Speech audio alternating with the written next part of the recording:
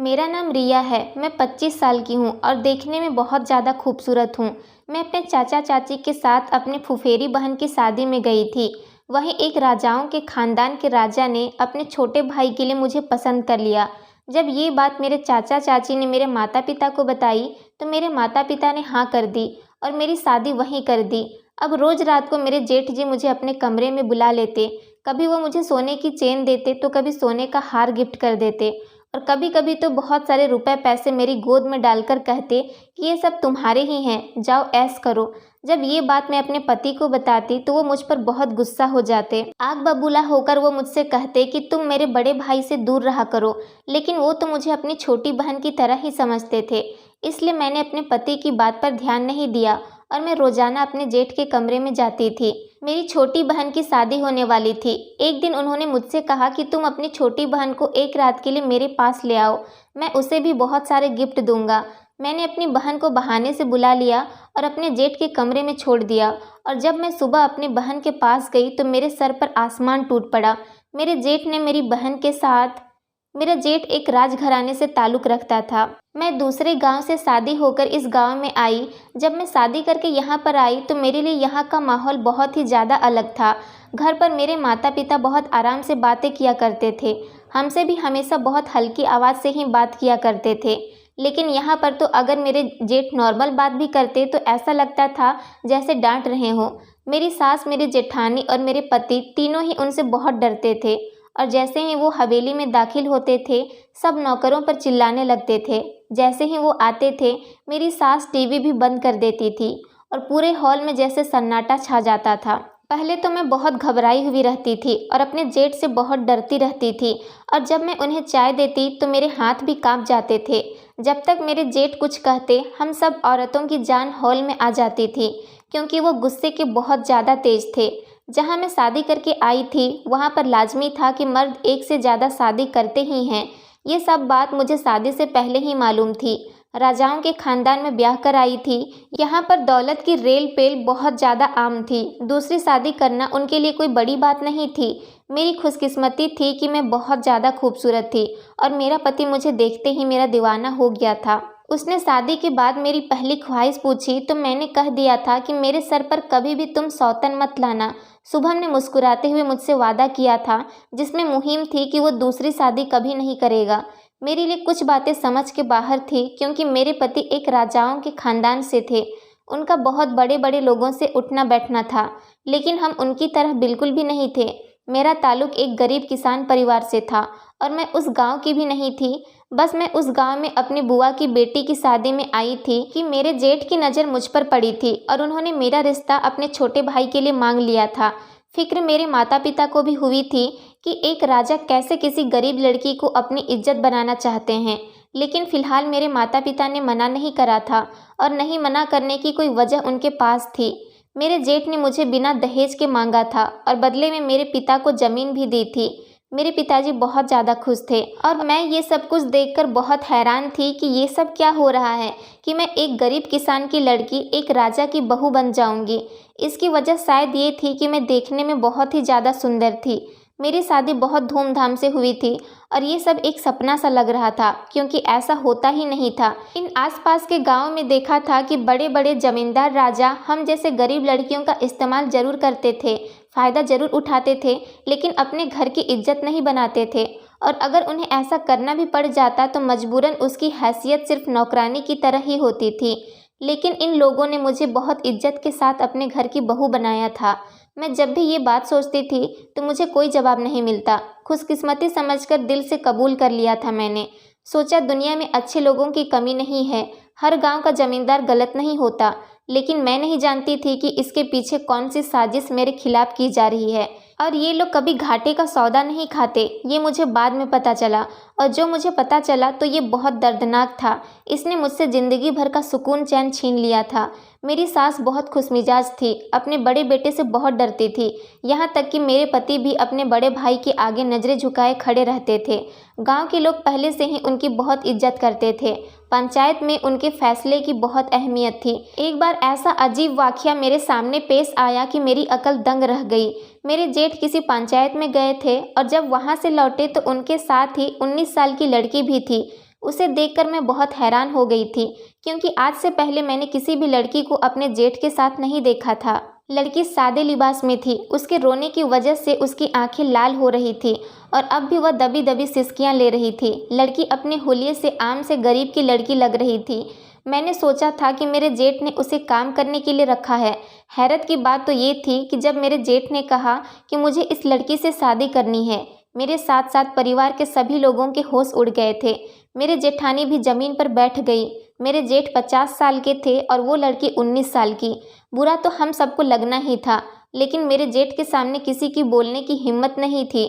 मेरे जेठ ने उस लड़की से कहा कि मेरे कमरे में जाओ और वो चुपचाप चली गई। फिर मुझसे कहा कि इसे अच्छे से तैयार कर दो। ये सुनकर मैंने अपनी जेठानी की तरफ देखा।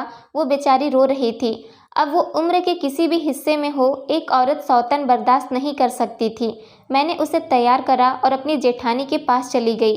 वो बेचारी रो रही थी और मैं उन्हें दिलासा दे रही थी। अजीब बात तो ये थी कि जब वो लड़की सुबह कमरे से बाहर निकली तो कीमती साड़ी और जेवर पहने हुई थी। वो बहुत खुश थी। मैं बहुत हैरत में थी कि ये लड़की कैसी है जो इतनी उम्र के आदमी के साथ खुश है। वो लड़की एक से एक कीमती कपड़े पहनती और मेरे जेठ के साथ घूमने चली जाती। मैं ये सोचती कैसी कम अकल की लड़की है जो उम्र दराज के आदमी के साथ खुश है। शायद वो दौलत की लालची थी, लेकिन मुझे नहीं पता था कि एक दिन मैं भी इसी जाल में फंस जाऊंगी। एक दिन उस लड़की के पास चली गई। वो मुझे देखकर मुस्कुराने लगी। मैंने कहा, तुम बहुत खुश नज़र आ रही हो। जब आई थी तो बहुत दुखी नज़र आ रही थी। तो उसने मुझसे कहा कि हाँ, मैं ये सोच रही थी कि मुझे अपनी माँ का कर्जा अपने दुखों के सहारे चुकाना पड़ेगा, लेकिन ये साहब बहुत अच्छे हैं। मुझे कुछ नहीं कहते और मुझे नए नए कपड़े ला कर देते हैं। और तो और इन्होंने मुझे आज तक हाथ भी नहीं लगाया।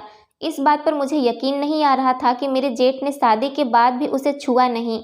मैंने कहा, ऐसा कैसे हो सकता है? तो वो हंसने लगी और तैयार होने लगी। वो लड़की बहुत चालाक थी। कैसे उसने मेरे जेठ को अपने मुट्ठी में कर रखा था। मैं ये सोच रही थी कि अगर मेरे जेठ इस काबिल नहीं तो कब तक ये अपने जज्बातों पर काबू पाएगी। एक लड़की अपने जज्बात पर कैसे काबू पा सकती है? फिर मेरे दिमाग में एक बात आई और उसने तो मेरे होश ही उड़ा दिए कि मेरे जेठ के बाद में सिर्फ मेरे पति ही हैं। लड़की बेकाबू होकर मेरे पति के साथ कुछ कर ना दे। जब बड़ा भाई ये कदम उठा सकता है तो मेरे पति क्यों नहीं? मुझे अपने पति पर नज़र रखनी चाहिए। एक बार देर रात मेरी आंख खुली तो मेरे पति मेरे कमरे में नहीं थे। मैं घबरा कर एकदम से उठी और नीचे गई। मेरे जेठ के कमरे में से दबी दबी आवाज़ें आ रही थी और उन पर मेरा ध्यान गया तो मानो जैसे मेरी सांसें ही रुक गई हो सकता है वो लड़की मेरे जेठ को नींद की गोली खिलाकर सुला देती हो और मेरे पति के साथ रात गुजारती हो। मैं कमरे के पास गई। मैं खिड़की खोलकर देखना चाहती थी। नीचे से खिड़की खोलने की कोशिश करी तो ऐसे ही मेरे पति ने मेरा हाथ पकड़ा और मुझे पीछे की तरफ खींच लिया और मुझे गुस्से में खींचते हुए अपने कमरे में ले गए और मुझ पर चिल्लाने लगे कि तुम बड़े भाई के कमरे में क्यों झांक रही हो? मैं क्या करती? मुझे सच बताना नहीं था और झूठ कुछ समझ नहीं आ रहा था, तो मैं चुप ही रही और इस बात पर मेरे पति ने मुझे बहुत डांट लगाई। बात ही कुछ ऐसी थी। मुझे नहीं लगता था कि इस मामले में मेरा कोई दोस्त था। हर लड़की अपने पति के लिए फिक्रमंद होती है और जब मेरे जेठ 50 साल की उम्र में ये काम कर सकते थे तो मेरे पति तो अभी भी जवान थे। और कुछ दिनों बाद हमारे घर में जो हुआ उससे सब बहुत हैरत में थे कि मेरे जेठ ने उस लड़की को तलाक दे दी और उसके बदले में उन्होंने उसे बहुत सारे जेवर और रुपए पैसे दिए और लड़की दुखी भी नहीं लग रही थी। वो लड़की बहुत खुश थी। मुझे ज़्यादा हैरत नहीं हुई क्योंकि कोई भी लड़की अपनी जवानी में इतने बुजुर्ग आदमी के साथ तो पैसों के लिए ही शादी कर सकती है या फिर मजबूरी में। उसे पैसे मिल गए थे और उसे क्या चाहिए था। दूसरा झटका तो तब लगा जब 3 हफ्ते बाद मेरे जेठ एक और लड़की से शादी करके उसे घर ले आए। उस लड़की की उम्र 18 साल थी। वो किसी तनाव में ही आई थी। उसके साथ भी मेरे जेठ का रवैया ऐसा ही था। उसे भी मेरे जेठ ने हाथ नहीं लगाया था। वो उस पर भी ऐसे ही पैसे खर्च कर रहे थे। हर चीज़ के मालिक मेरे जेठ ही थे, इसलिए मेरे पति को सिर्फ खर्चा ही मिलता था। उस घर की बहू होने के बाद भी मैं एक आम घराने की बहू की ज़िंदगी गुजार रही थी, जैसे वो लड़कियां गुजार रही थी। मुझे तो अब शक होने लगा था कि मेरा जेठ इस उम्र में सठिया गया है, जो अपने भाई को पैसे देने के बजाय उन लड़कियों पर खर्च कर रहा है। उसको भी उन्होंने तलाक दे दी और उसे भी बहुत सारे रुपए पैसा दिया। मेरे पति ये सब देख रहे थे कि 2 महीने में मेरे जेठ ने लाखों पैसे बर्बाद कर दिए और फिर मेरे जेठ ने तीसरी बार यही हरकत की तो मेरे पति बोल उठे कि ऐसा ना करो, और उन्होंने बोला कि आप इतना पैसा बर्बाद क्यों कर रहे हो। तो मेरे जेठ ने जवाब दिया कि ये पैसे मैंने खुद कमाया है, इसका हक तुम नहीं रखते हो। ये कहकर वो अपनी तीसरी पत्नी को भी अपने कमरे में ले गए। अब तक सारी जायदाद मेरे जेठ के नाम पर ही थी और मेरे पति का खर्चा और भी कम कर दिया, इसलिए मेरे पति गुस्सा करने के बाद भी खामोश रहे। जब गर्मी का मौसम शुरू हुआ तो मैंने अपने पति से कहा कि मुझे कुछ पैसे दे दो, कपड़े लेकर आने हैं। उन्होंने कहा कि मुझे अभी भाई ने पैसे नहीं दिए हैं, तुम खुद ही जाकर उनसे मांग लो। मैंने सोचा गुस्सा न कर दे। जब मैंने अपने जेठ से कहा तो उन्होंने मुझे 80,000 रुपये दे दिए और कहने लगे कि अगर और ज़रूरत हो तो मांग लेना। मैं खुश हो गई। मेरे जेठ तो मुझ पर मेहरबान थे और अब तो वो आए दिन मुझ पर खर्चा करने लगे। कभी पैसे देते तो कभी सोने की चेन पकड़ा देते। मुझे बहुत अच्छा लग रहा था क्योंकि मैंने अपनी सारी ज़िंदगी परेशानियों में ही गुजारी थी, लेकिन मुझे नहीं पता था कि एक औरत इन सब की कीमत किस तरह देती है। मैं सोने की चेन लेकर बहुत खुश थी। रात को जब मेरे पति घर पर आए तो मैंने उन्हें चेन दिखाया। वो ये देखकर बहुत परेशान थे और उन्होंने मुझसे कहा कि मेरे बड़े भाई से दूर रहा करो। मैं ऐसा सोच भी नहीं सकती थी कि वो मेरे बड़े भाई की तरह ही है। जिस तरह मेरे पति ने मुझसे कहा था, मैं तो चुप हो गई थी। मेरे जेठ आजकल बहुत खुश थे। मुझे लगा कि अब वो चौथी शादी करके आने वाले हैं। मैं ये सोच भी नहीं पाई थी कि मेरे घर से फ़ोन आ गया कि मेरी बहन का रिश्ता आया है। मैं अपने पति के साथ वहाँ गई। मेरी बहन अभी 16 साल की ही थी। वो भी बहुत खूबसूरत थी। उसका रिश्ता भी बहुत अच्छी जगह से आया था। वो शादी अभी नहीं करना चाहती थी, लेकिन मेरे घर वालों के पास पैसे नहीं थे। मेरी माँ मुझसे कहने लगी कि मैं अपने पति से कुछ पैसे उधार लेकर उन्हें दे दूँ, लेकिन उनके पास तो पहले ही कुछ नहीं था। मैंने सोचा मेरे जेठ आजकल मुझ पर बहुत मेहरबान हैं, मैं उनसे पैसे लेकर दे दूँगी। मैंने माँ से कहा कि हाँ माँ, मैं तुम्हें पैसे दे दूँगी। मेरी बहन बहुत खुश थी। मैं कुछ दिन बाद हवेली पहुँच गई। मेरी जेठानी की भी तबीयत खराब थी। वो तो अपने कमरे में ही रहती थी और मेरे जेठ जी आजकल घर पर ही रहते थे। एक दिन मेरे पति भी घर पर नहीं थे। मैंने सोचा यही मौका है, मैं जाकर जेठ से पैसों की बात कर लूँ। मैं उनके कमरे में गई। मैंने दरवाज़ा बजाया। अंदर से आवाज़ आई, कौन है? मैंने कहा मैं हूँ। तो उन्होंने कहा कि आ जाओ। मेरे जेठ लाखों रुपए टेबल पर रख कर हिसाब कर रहे थे। मैंने सोचा कितने पैसे हैं मेरे जेठ के पास, अगर 2-3 लाख मेरे बहन को दे देंगे तो उन्हें क्या फ़र्क पड़ेगा। उन्होंने पूछा कि क्या बात है। मैं मासूम चेहरे से कहने लगी कि मुझे कुछ पैसों की ज़रूरत है, आप अगर 2 लाख रुपए दे दे तो मेरी बहन की शादी हो जाएगी। उन्होंने कहा मदद तो मैं कर दूंगा, लेकिन मेरे भी कुछ उसूल हैं। अगर तुम अपनी बहन की शादी मुझसे करा दो तो मैं उसे बहुत सारे पैसा दूंगा। मैंने पहले भी ऐसी बहुत सी लड़कियों की मदद करी है। अगर मैं उनकी ऐसे ही मदद करता तो लोग मुझ पर शक करते, मेरे किरदार पर उंगली उठाते, कहते बूढ़े की लड़कियों पर नज़र है इसलिए पैसे दिए जा रहा है। न जाने पैसों के लालच में उनके साथ क्या क्या करता होगा। लेकिन शादी के बाद कोई कुछ नहीं कहता। मैंने कुछ दिन उनको बहुत ऐश कराया, लाखों रुपए उन पर खर्च करे और फिर उनको डिवोर्स दे दी। उनके पास आज इतना पैसा है कि वो कहीं भी शादी कर सकती हैं। अगर तुम अपनी बहन की शादी मुझसे करा दो तो मैं भी उसे बहुत सारा पैसा दूंगा, वो भी अपनी शादी कहीं भी करा सकती है। ये बात सुनकर मैं सोच में पड़ गई। सोचने लगी कि कुछ दिन की ही तो बात है। वैसे भी जिस उम्र में मेरे जेठ पहुंच गए हैं वो रिश्ता निभाने के बिल्कुल भी काबिल नहीं है। ये बात तो मैं और लड़कियों से समझ ही चुकी थी।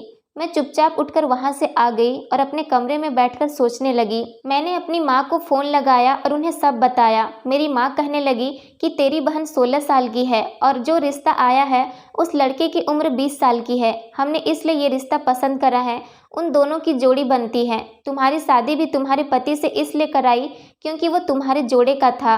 तेरे जेठ से उसका जोड़ बिल्कुल भी नहीं बनता। मैंने कहा माँ, कौन सा उसको सारी उम्र मेरे जेठ के साथ बितानी है, बस 15 दिन की ही तो बात है। जिस उम्र में मेरा जेठ है उसे अपनी पहली 3 बीवियों को छुआ तक नहीं है, वो इस काबिल ही नहीं है। मेरी माँ चुप सी हो गई थी। कहने लगी कि सोच कर बताती हूँ।